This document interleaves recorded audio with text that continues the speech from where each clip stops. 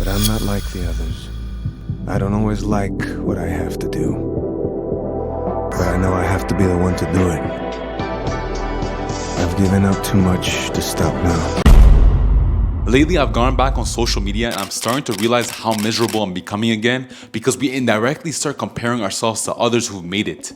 Whatever that means. In reality, these people have absolutely nothing to do with us, and it's only adding more distractions to the pile of chaos. It's so easy to get distracted in today's world. In fact, all the companies in the world are investing hundreds of billions of dollars to grab your most important resource: attention. It's practically impossible to stay away from distractions if you are exposed to this world. Whether it be online or in your own circle, we all go through the same shit, the same problems, the same trials. So how come only 1% of people are able to overcome and find their voice in this world, but the other 99% get weeded out? It's because 1% of people have a crucial skill in them. It's the simple word that separates the great from the good and even the limitless from the great itself. That one word is called focus, and I will dive into 5 principles using monk mode in this video that will allow you to get ahead of 99% of the competition. For those of you who don't know what monk mode is, it's a period of ultimate focus and zero distractions for a set amount of days. The first thing you need to know is to obsess and eliminate. Choose one main thing to obsess over and literally eliminate every single other thing in this world. Then choose 2 supporting quests that will help you towards that main thing. Listen, the enemy has already declared war on your brain. It is up to you to eliminate every single target that is coming for your attention and hyper focus on that one main thing that you want to be extraordinary at. How do you expect to find success if your attention is being pulled in every single different direction? Look at this diagram, for example. The circle is your attention, and every time you expose yourself to social media, Netflix, video games, your family and friends' expectations,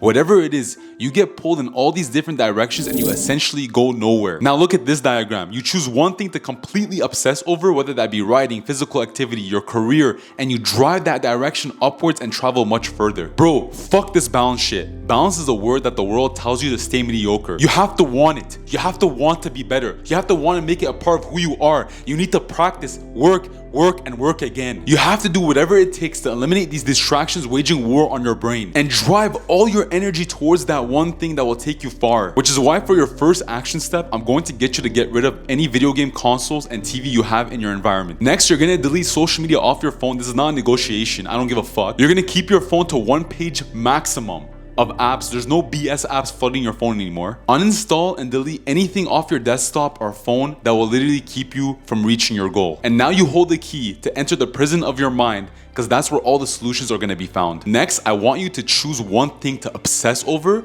and make it your one all be all. I've never shared this with anyone, but in the last year, I fell in love with 2 things other than content creation, and it was writing and the gym. Being an author would be the next big thing for me to work on. I mean, this channel has made me realize how much I love writing through my scripts, and I want to take that to the next level by challenging myself. The next big aspiration for me would be to get in the best shape of my life, which looks like 12% body fat, and being able to lift 3 plates on my deadlifts, my squats, and my bench. I'm currently benching 225, 275 on my squat, and 275 on my deadlifts. And I'm not talking about 1 rep, I'm talking about reps, bro. There is no greater feeling for me than to improve in the gym. Getting that energy and lifting the heavy shit that I thought I couldn't lift, bro, there's no better feeling than that. Anyways, for the longest time, I told myself, who am I to be a writer? Who am I to lift these heavy weights in the gym? Who am I to be a YouTuber? But honestly, I realized every other writer or power lifter in the world is no different than me. They are just human beings, and I have a self-limiting belief that's keeping me from getting there. So for this reason, you as well as me need to dedicate the next year, bro,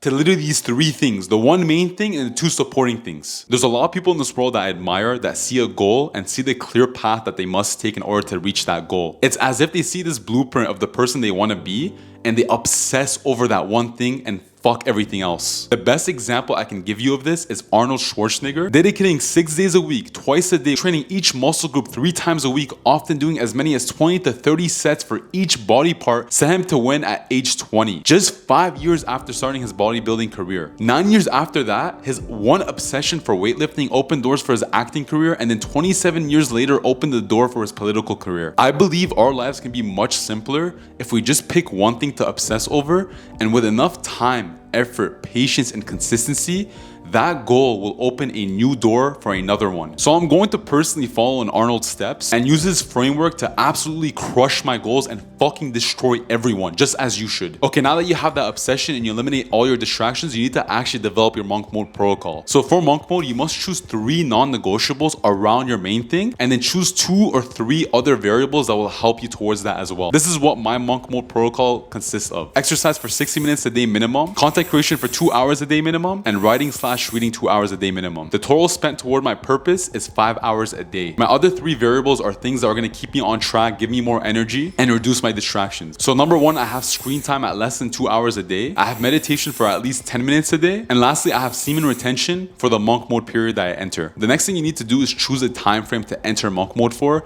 I know you usually probably see people do it for 20 days, 30 days, whatever it is, but I'm going to tell you to do it for 5 days. That's what personally works for me, and then take a 2-day break and then repeat the process. I know a lot of you are probably going to be like, what? Only 5 days? Bro, just do it for 5 days and see what happens. You know how hard it is to stay in monk mode? You have to cut out everything, every single distraction, any person that's taking you away from your goal, and just solely focus on that one thing. So I find by doing that Monday to Friday gives me a hyper-focused period to literally crush everything.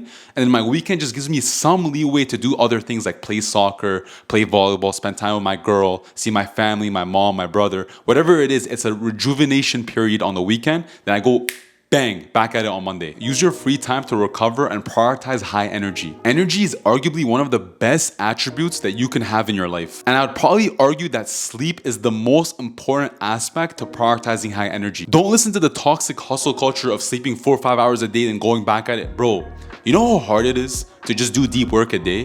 Do you know how hard it is to just sit down for 2 hours and write? Do you know how hard it is to go to the gym 5 days a week for years on end? Bro, you need your sleep, you need your rest. There's no point, bro, you might as well not go to the gym if you're not even sleeping 8 hours a day. I've been sleeping 8 to 9 hours some days because my body just needs to recover. Trust me, you're gonna need it when you're doing those gym sessions, those deep work sessions, whatever it is. Think about it like this, the number 1 trait in any RPG adventure game is energy. The only RPG I've really fallen in love with was Zelda Breath of the Wild, because I did anything to maximize my energy in that game so I can spend more time climbing, gliding, and fighting. So look at your life at the exact same way you look at these video games and try to maximize your energy as much as you can. Another thing you can do for energy is stop eating 2 hours before you go to sleep. You were supposed to see that.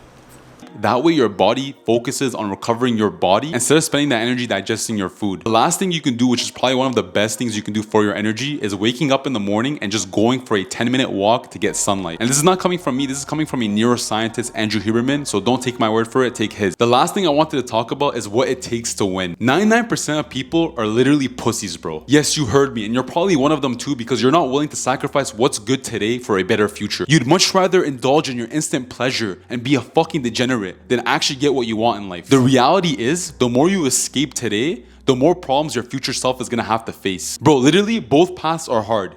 Why would you take the 99% path when it's literally harder than the 1%, but you get way more benefits from that 1% path? So you might as well take the path that will lead you into a better future. You're literally going to feel shitty regardless, so you might as well take the path that's gonna give you a better physique, more confidence, more money, more status, whatever it is, bro. And remember this, whenever it gets hard, whenever you wanna quit, remember this is what hard feels like. This is why 99% of people get weeded out from the competition. This is what it takes to win in life. There is no shortcut in life, and even if there was, the person who took the shortcut is waiting to get knocked the fuck out by the person who didn't. I want you to remember that every time you felt low and you weren't able to overcome resistance, it was because you allowed resistance to kick your ass. I'll never forget when Steven Pressfield said, "It's easier to be a raging alcoholic than to sit down for 2 hours and just write, just as it's easy to cheat on your wife and engage in dramatization instead of doing your work." Every time that you want to quit, just remember you're being screened out of the competition and you're just following the other 99% of the herd. And now you have to accept mediocrity. Is that something you can live with? The last thing I wanted to talk about is stretch your comfort zone little by little every time you get challenged. In this journey, you'll realize that your highs get higher and your lows get lower, which is kind of scary. So every time you're feeling low, I want you to do this exercise that will give you more perspective. I want you to draw a circle, and inside of this circle, I want you to put all the things that you currently own, that you currently have. This can be material possessions, family, kids, whatever it is. Next, I want you to write down all your goals and everything you ever wanted outside of the circle. So what do you think you have to do to get these things outside of your circle? You literally have to stretch your inner circle as much as you can in order to get these things inside of it. And you know what that requires? It requires you going through your low times, and every time you can go through a low time, bro, that's when you level up and you can get the next goal. And that's what it takes to win. The more of those low times that you win, the more you can progress in life. Do you have what it takes to endure and triumph? Only you can answer that question and test yourself with monk mode. So enter a flow state for the next 5 days and tell me how you feel. I hope you enjoyed this video. Please subscribe for more content on masculinity, philosophy, and lifestyle. I'll see you guys in the next video.